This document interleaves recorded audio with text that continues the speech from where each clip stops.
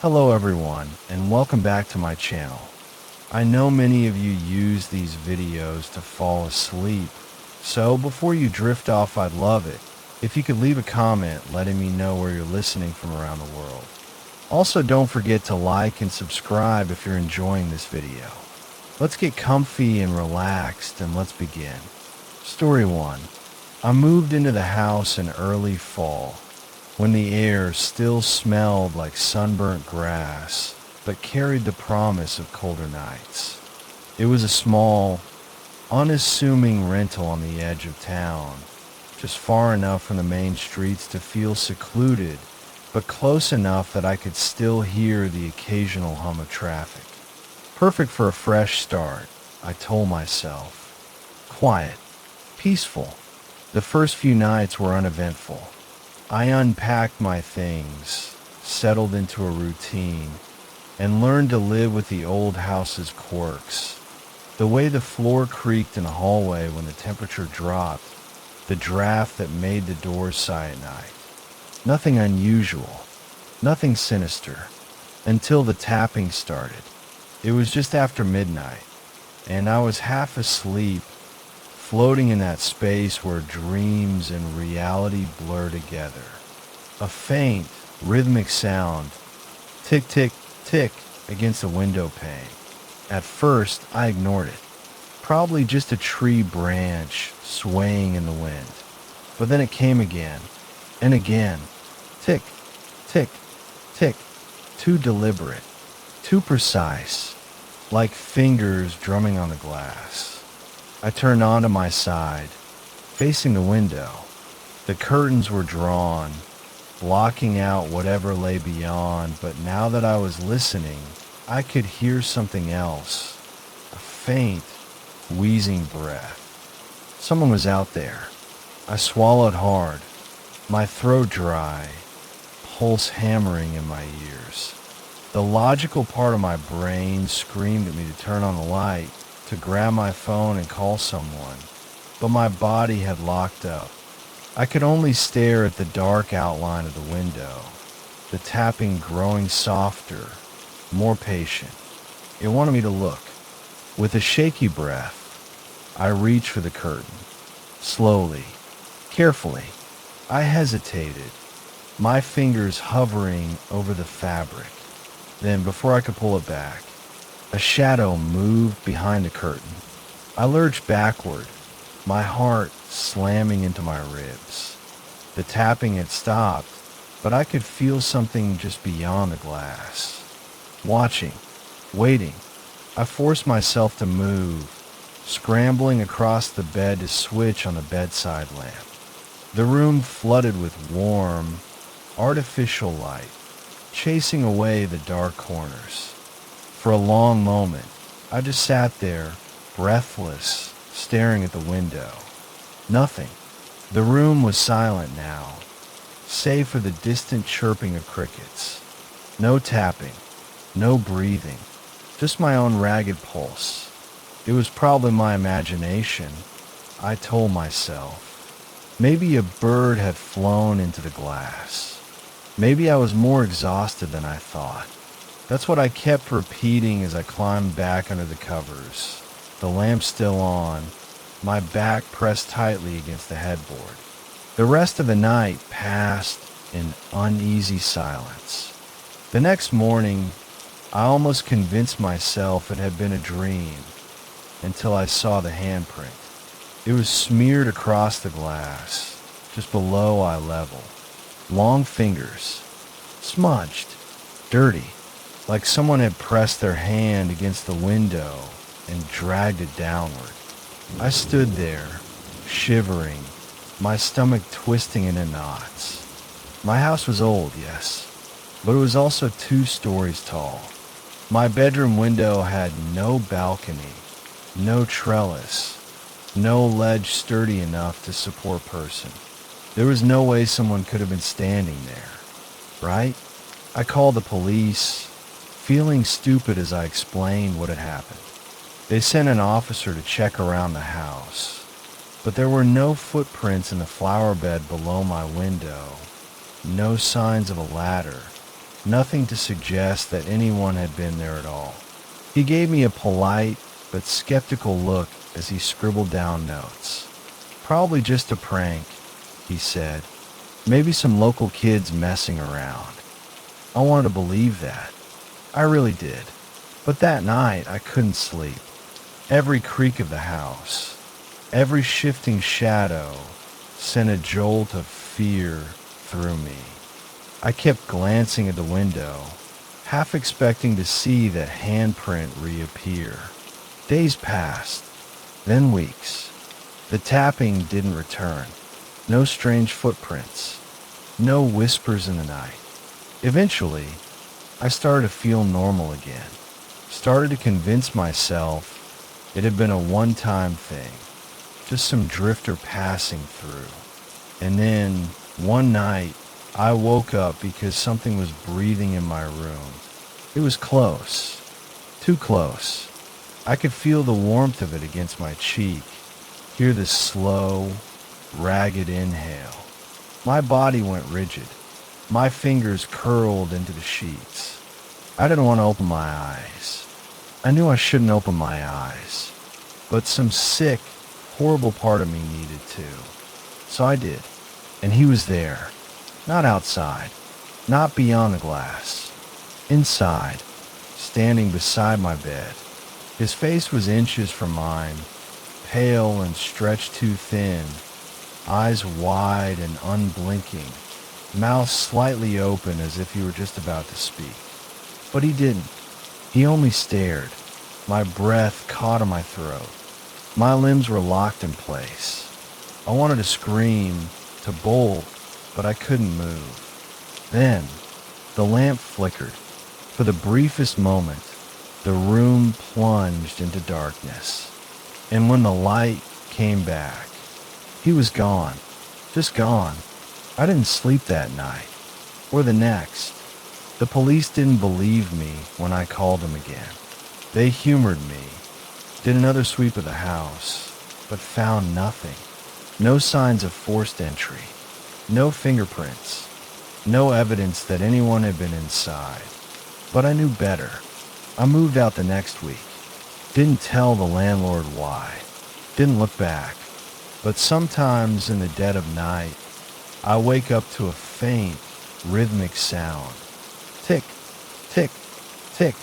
And I know, wherever I go, he's still watching, waiting. Story 2.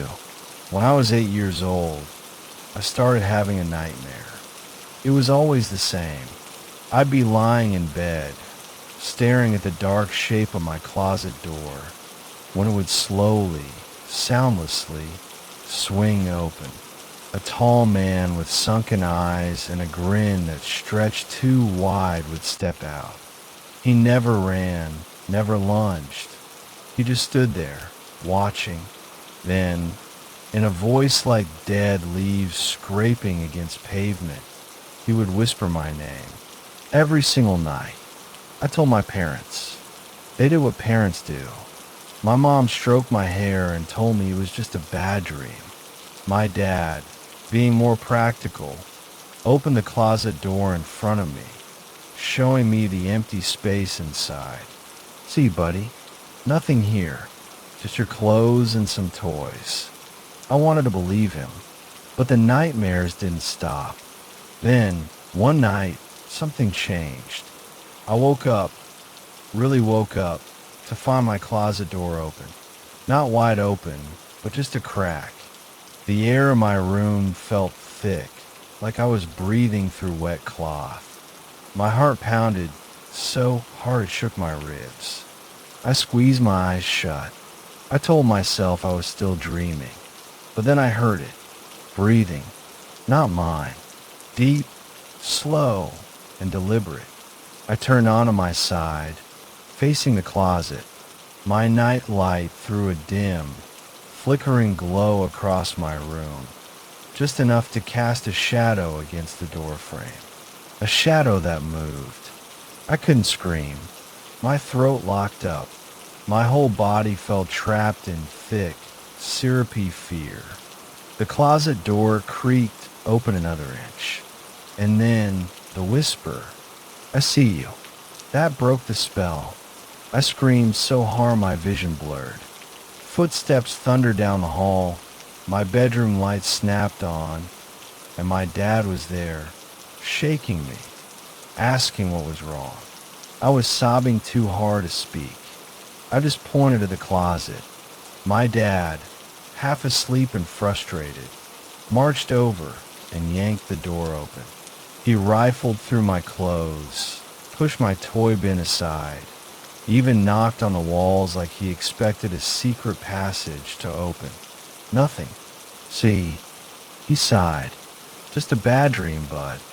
I shook my head. I wasn't dreaming, but my dad wouldn't believe me.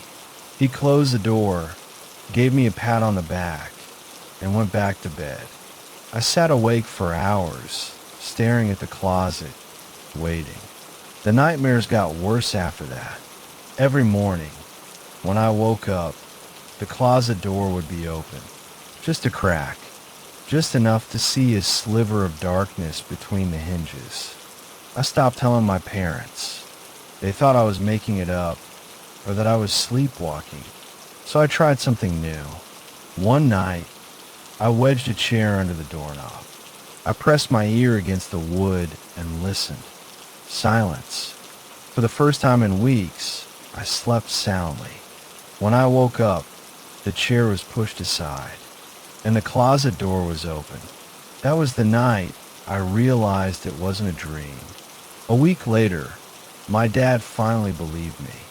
I woke up screaming again, but this time when my dad stormed in, he saw it too. The closet door was open, wide open, and someone had left footprints on my bedroom carpet. He didn't say a word, just grabbed me out of bed and took me into my parents' room for the night. The next morning, my dad installed a new lock on the closet door. He told me not to worry, that nobody could open it now. The lock didn't stop it. Every morning, the door was open. By now, my dad was scared too.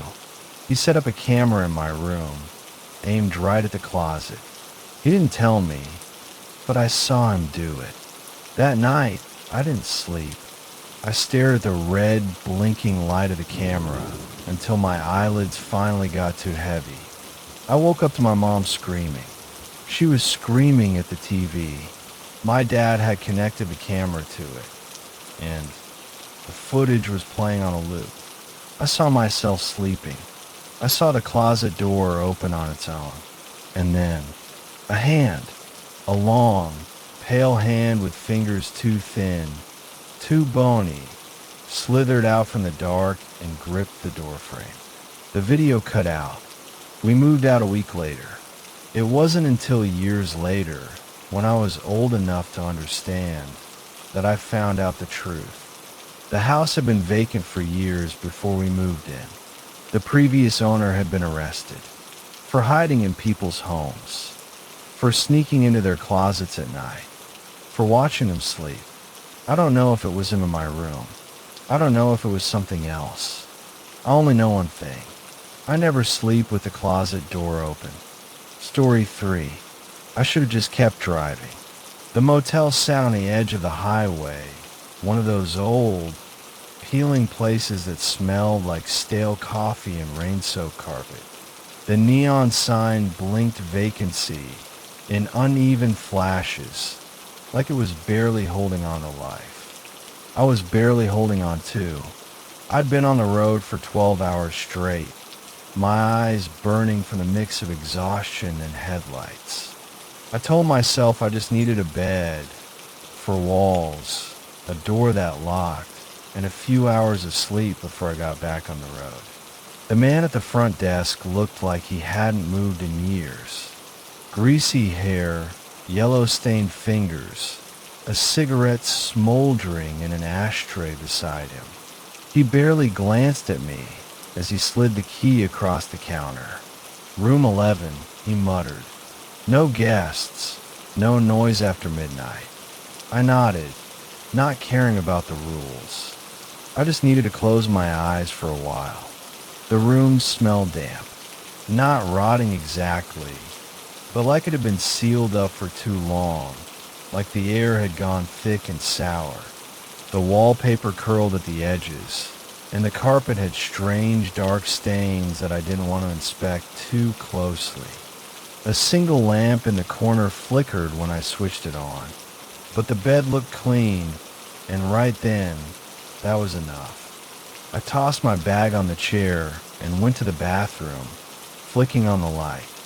The mirror above the sink was big, stretching from one wall to the other, reflecting the dull, yellowish glow. I didn't like the way it looked. Too clean compared to the rest of the room, like it had been replaced recently. I ignored the thought. I was too tired for paranoia. I ran the faucet, splashed water on my face, and reached for my toothbrush. As I started brushing, I glanced up at my reflection and froze. My hands were still moving. My toothbrush scraped against my teeth. But in the mirror, I wasn't moving.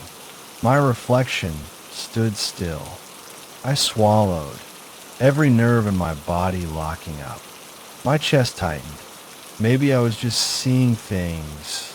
My brain too fogged with exhaustion to process movement properly. I moved my arm, slow and deliberate. My reflection did not move. And then it smiled. Not a normal smile. Not my smile. Its mouth curled upward too wide, stretching just past what should have been possible. My breath hitched. My body screamed at me to run, to get the hell out of that bathroom. But I was locked in place, staring at that thing pretending to be me. I did the only thing I could think of. I blinked, and in that split second, when my eyes shut and opened again, my reflection snapped back into place. Like nothing had happened. Like it had never moved on its own. My toothbrush was still in my mouth. My movements matched up perfectly again. I backed away, my heart hammering so hard it echoed in my ears. My skin prickled with cold sweat. I left the bathroom light on that night. Slept with the lamp on too. I didn't look in a mirror again. Not until morning. By then, daylight made things feel normal again. Almost. I brushed off the memory as a trick of the mind. The kind of thing that happens when you're too tired to think straight. Before checking out, I gave the room one last glance. The mirror, for some reason, still bothered me. Something about it felt wrong. So I stepped closer, pressed my palm against the glass. It was ice cold. A weird instinct kicked in, one I didn't even understand. I knocked on the mirror. A soft, dull thud. Then, something knocked back. I jerked away so fast I nearly tripped over my own feet. My stomach twisted, a cold, sharp dread pooling at the base of my spine. I stumbled out of the room, grabbing my bag on the way. I didn't stop, didn't even glance at the front desk guy. I just dropped the key and got the hell out. It wasn't until I was halfway down the highway that I realized I still had my phone in my pocket. Hand shaking, I pulled up Google, typed in the name of the motel, and found nothing. No website, no recent reviews. Just one old news article, buried deep in the search results. The headline made my stomach drop. Local motel shut down after hidden camera discovery. I read on, all rising in my throat. The owner had been arrested years ago. He'd installed two-way mirrors in multiple rooms. He watched people, filmed them. Sometimes he spoke to them through the glass. I locked my phone and threw it into the passenger seat. I didn't look in another mirror for a long, long time. Story 4. I never liked house sitting, but I needed the money. My friend Mark had a decent place, a 2-story house in a quiet neighborhood, the kind where people actually waved to their neighbors and kids left their bikes in the driveway. without worrying they'd be stolen. He and his wife were out of town for a week, and all I had to do was water the plants, feed their dog, and make sure no one broke in. Easy. The first 2 nights were uneventful. I lounged on their couch, watched TV, and scrolled through my phone until I passed out.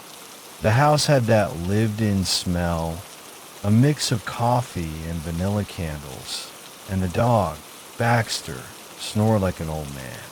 It felt safe, comfortable, until the third night. I woke up suddenly, feeling off. The kind of feeling you get when someone's staring at you in a crowded room. I checked my phone, 3 a.m. on the dot. Then I heard it. Knock, knock, knock. Slow, deliberate. 3 precise raps on the front door. Baxter, curled up in his bed across the room, didn't react. Didn't even lift his head. That was the first thing that felt wrong. I sat up listening. Maybe I imagined it. Maybe I dreamed it, and the sound bled into reality. Then it came again. Knock, knock, knock. I crept to the front door, my sock silent against the hardwood. The peephole was small, warped at the edges, but I pressed my eye against it anyway. Nothing. The porch was empty. The street was empty. Not even a stray cat in sight. I exhaled, shaking my head. My imagination was getting the best of me. Maybe it was the wind. Maybe. Knock, knock, knock. Louder this time. A chill ran down my spine. I checked the peephole again. Still nothing. I waited a few seconds longer, heart hammering in my chest, before stepping back. Maybe some kid was playing a prank. That had to be it. I turned away from the door. And then, a whisper, right against my ear. Open the door. I spun around so fast I nearly lost my footing.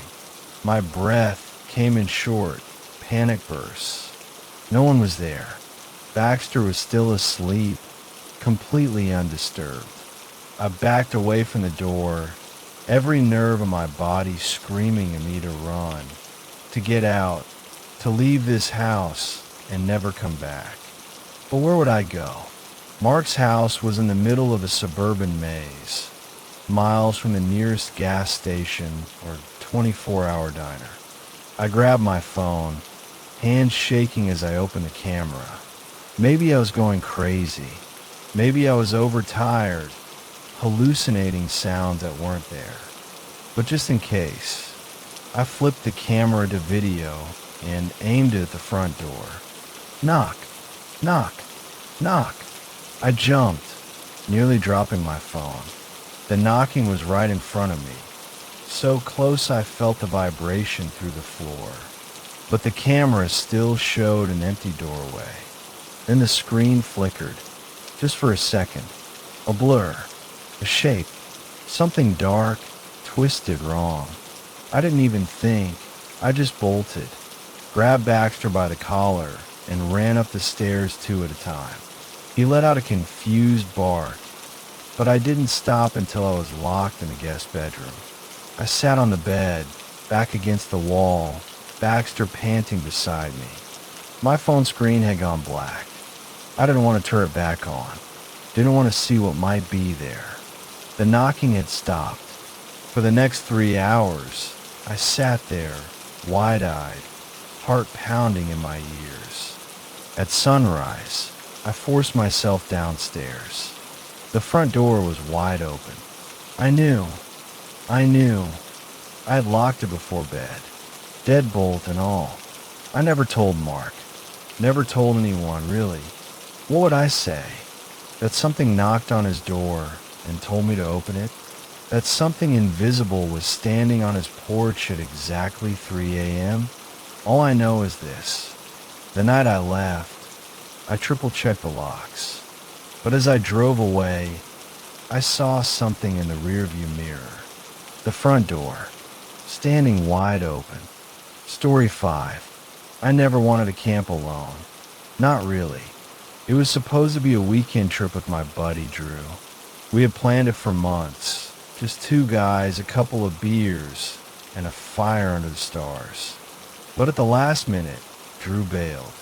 Some family emergency, he said. He told me to reschedule. Hell, man, you shouldn't go alone, he warned. But I had taken the time off work.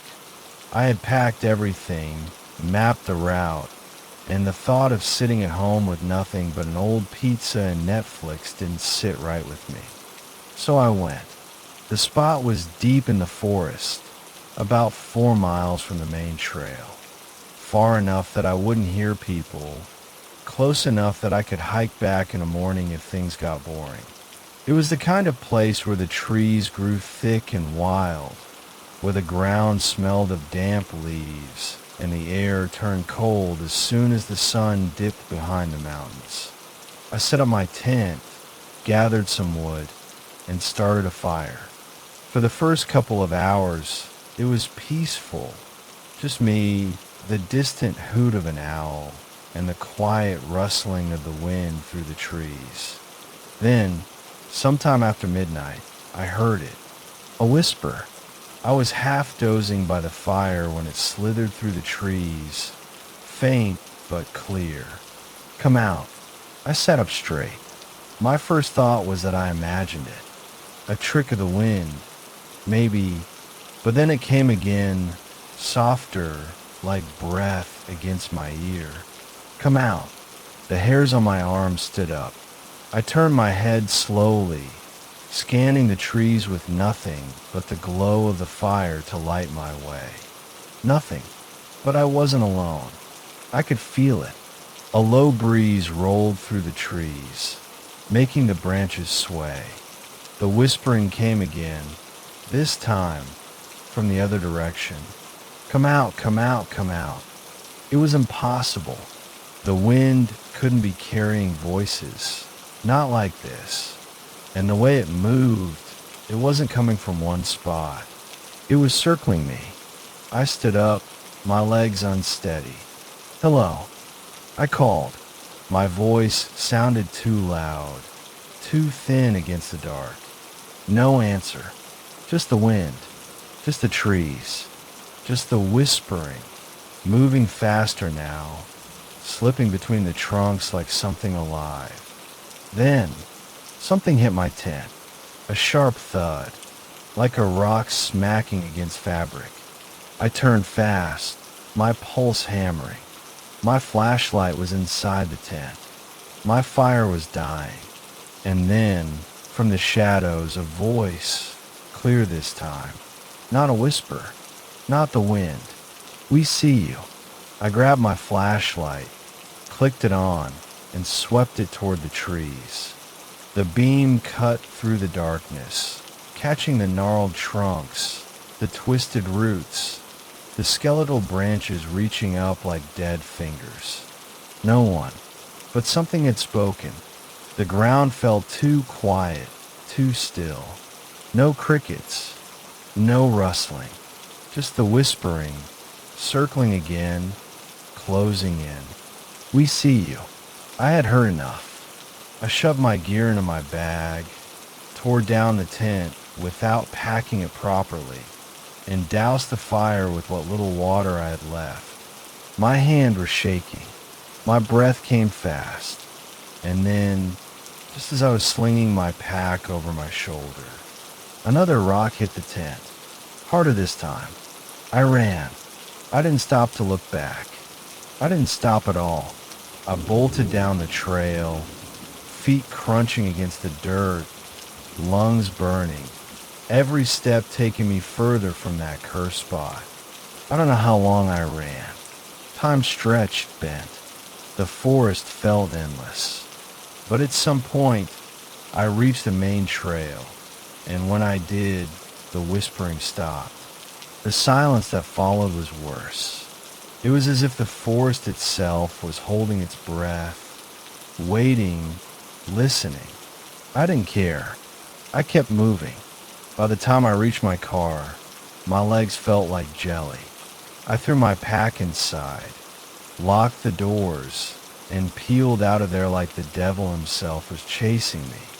I didn't stop shaking until I was back in my apartment, the door locked behind me, the city lights glowing beyond my window. I told myself it had been my imagination. That fear had gotten the best of me. But the next day, when I checked online, I found something I wish I had. That area, the place I had camped. Over the years, at least 6 people had gone missing there. Campers, hikers, a park ranger. None of them were ever found. And the worst part, every report, every witness statement mentioned the same thing. The whispering. Story 6. Hospitals are strange places at night. During the day, they hum with life. Nurses rushing from room to room. Doctors barking orders. The beeping of machines. But at night, it's different. The lights are dimmer. The halls emptier. The air thick with something you can't quite name. It's quiet in a way that makes you feel like you're not alone, even when you are. I used to work the night shift at St. Mary's Hospital, an old building with too many stories, too many rooms, and far too many ghost stories. Every nurse had one. Some refused to work certain wings. Others swore they'd seen things they couldn't explain. Shadows moving down the hall, whispering voices in empty rooms. I thought it was all nonsense. Until that night. It was past 2 a.m., and I was dead on my feet. I had just finished making my rounds, and was looking forward to collapsing in the break room for a few minutes before another call came in. I stepped into the elevator on the 5th floor and pressed 3, the floor where the nurse's lounge was. The elevator doors slid shut with a soft hiss. The old thing groaned as it started moving, descending with its usual sluggish pace. I leaned against the back wall, rubbing my eyes, when I noticed something odd. The elevator wasn't stopping. It sailed right past the 3rd floor. The ding I was expecting never came. Instead, the numbers above the door kept going down. 4, 3, 2, 1, and then B1. Basement level. That made no sense. No one went down there. It was supposed to be locked, abandoned for years. The door slid open. The first thing I noticed was the smell. The air was thick with the scent of antiseptic and something rotting underneath it. The kind of smell that sticks to the back of your throat. The lights outside the elevator flickered, long fluorescent bulbs buzzing like dying flies. And then I saw her. A woman stood just beyond the threshold. Her feet were bare and dirty, peeking out from beneath the hem of a hospital gown. Her arms hung limp at her sides, the skin pale and almost translucent in the sickly light. But it was her head that made my stomach lurch. It was tilted too far to the side, as if her neck had been snapped. She stood completely still. I couldn't see her face. The shadow swallowed it. But I felt her eyes on me, watching. Something in my body screamed, "Run." My hands fumbled for the door close button, slamming it over and over. The lights in the elevator flickered violently. The doors didn't budge. She took a step forward. The air in the elevator turned icy. My breath hitched as the smell of antiseptic and decay grew stronger, pressing against me like a damp fog. She took another step. Her foot crossed the threshold. The lights cut out entirely. For half a second, I was plunged into complete darkness, the kind that swallows you whole. And then, ding, the lights came back. The elevator jerked upward, the doors slamming shut so hard I felt the floor shudder beneath me. The smell was gone. The air was warm again. The fluorescent lights hummed as if nothing had happened. The number above the doors blinked.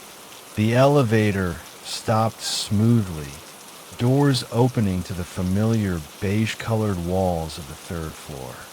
My knees almost gave out as I stumbled into the hallway, my heart hammering so hard it made me dizzy. The hallway was empty. No sign of the thing I had seen. No proof at all, except for the fact that my scrubs were soaked with sweat. I didn't sleep that day. I spent the rest of my shift trying to convince myself it was just exhaustion, a hallucination, a dream. It wasn't. Because the next morning, I told a coworker about it. The second I mentioned basement level 1, his face drained of color. That floor, he said, his voice barely above a whisper, that floor's been closed for years.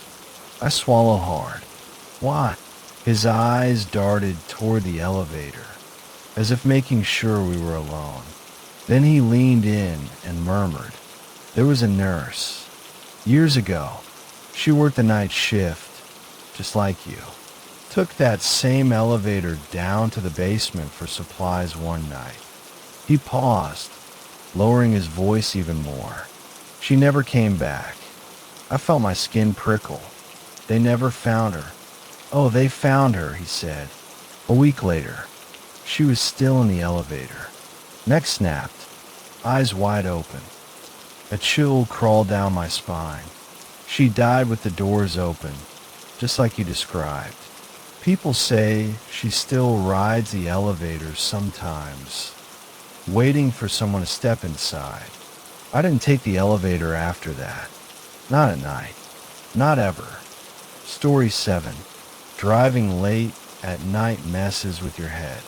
The streets are quiet, your mind drifts, and sometimes things don't feel quite real.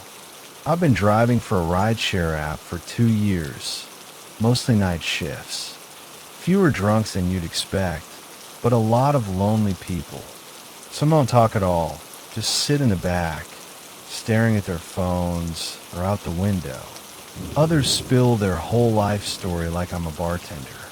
That night, I was just about ready to log off. It was past 2 in the morning, and I was running on caffeine and cheap gas station snacks.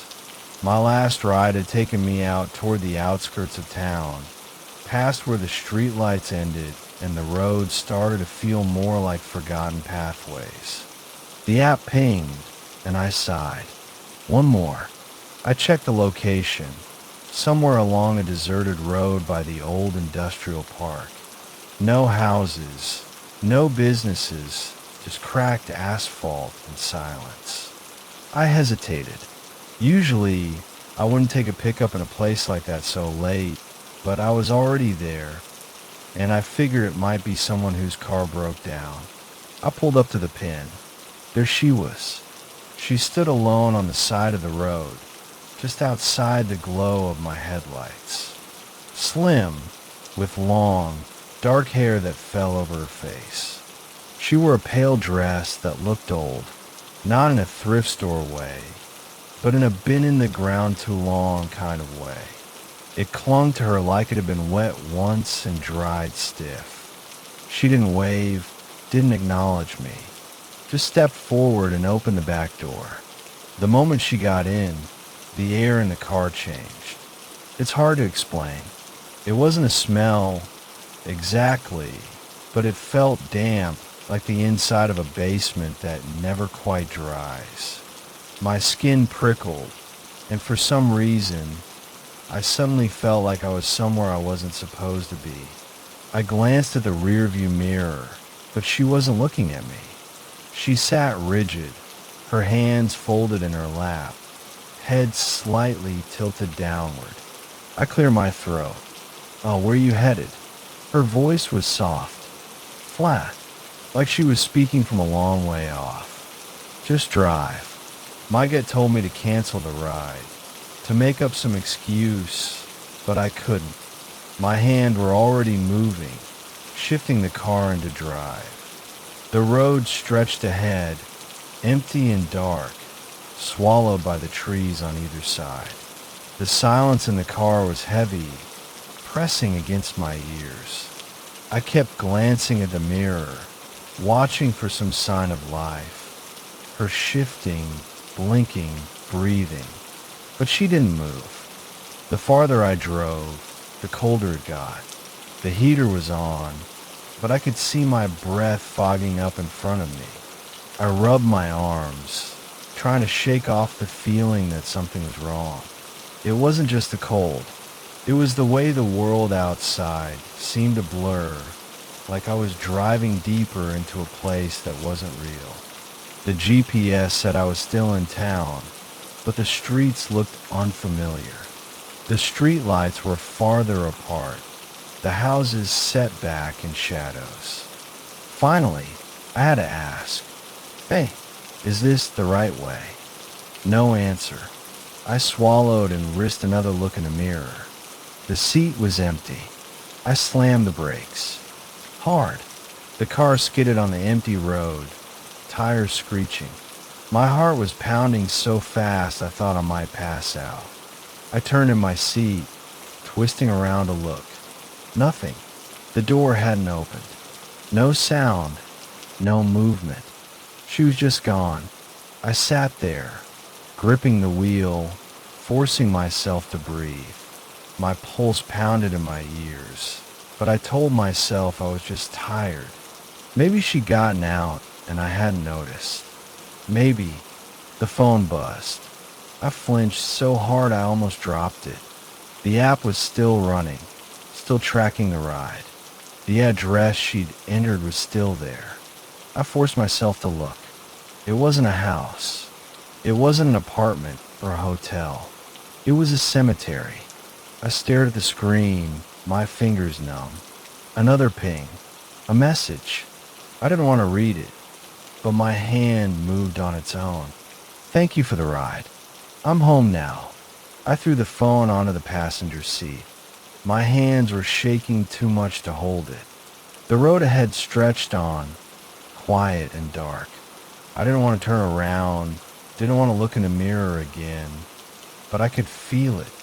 Something was still in the car, not moving, not breathing, just watching. Story 8. I was never one to scare easily. Horror movies didn't faze me. I could walk through a graveyard at midnight without so much as a second thought. Ghost stories, urban legends, just that, stories. But what happened that night? It changed me. It was late, maybe around 2 a.m. One of those dead, heavy nights where time feels slower. The air in my apartment was thick, warm. I had fallen asleep with the TV on, something mindless playing, when my phone buzzed loudly on the nightstand. Groggy, I blinked at the screen, trying to focus, and that's when I saw it. My own number was calling me. I frowned, confused. It had to be some kind of glitch, right? Some tech issue or scam. But my stomach tightened as I stared at the screen. The call kept ringing, and ringing, and ringing. Something about it felt wrong, like a door left slightly open in an empty house. Like waking up in the middle of the night and knowing, deep in your gut, that someone's watching you. I swallowed hard and answered. For a second, there was nothing, just a low, crackling silence. Then breathing, not just any breathing, slow, measured, too close to the microphone, like someone wanted me to hear every inhale, every exhale. A chill rolled down my spine. "Hello," I whispered. My own voice felt small, fragile. The breathing stopped, and then a voice, low, distorted, like it was speaking through water. "Don't turn around." The call ended. I sat there, frozen, the phone still pressed to my ear. I could hear my own heartbeat in my skull, hammering. A joke, I told myself. It had to be a prank, or a dream. I wasn't fully awake yet. That was it. But then, in the heavy silence of my room, I heard something. Not from the phone. Behind me. A breath. Soft, cold, like a whisper against the back of my neck. I didn't move. I couldn't. My body had locked up. Every instinct screaming at me to run, to fight, to do something. But I couldn't. I just sat there, my grip tightening around my phone. I wanted to turn around. Every nerve in my body demanded it. But that voice don't turn around. A floorboard creaked behind me. I was alone. I was alone. I was alone. I told myself that over and over, trying to force myself to breathe. But I could feel it. A presence. Close. Too close. My hands were shaking. I reached, slowly, for the lamp on my nightstand. My fingers fumbled, found the switch. Light flooded the room. Nothing. I exhaled sharply, my chest aching. My chair, my desk, my bookshelves, all normal. No shadowy figure. No lingering breath on my skin. I was just tired. My mind playing tricks. But then I saw my phone screen. One new voicemail. I stared at it, my thumb hovering over the play button. I didn't want to hear it. I needed to hear it. I pressed play. More breathing. Then just one word. Run. The message ended. I felt a scream building in my throat, but I swallowed it down. No, I wasn't playing this game. I grabbed my keys, shoved my feet into my shoes, and bolted out of the apartment. I didn't stop until I was outside, under the glow of the streetlights, my breath coming in ragged gasps. I called my best friend, told him I was coming over. I didn't even explain why. I just drove. That night, I slept on his couch. I barely slept at all. The next morning, I checked my phone again. The voicemail was gone, like it had never been there. And the call never showed up in my call history. I moved out of that apartment a month later. Never went back. But sometimes, even now, in the middle of the night, I wake up with my phone buzzing in my hand. And I never check the screen. Because I know it's me.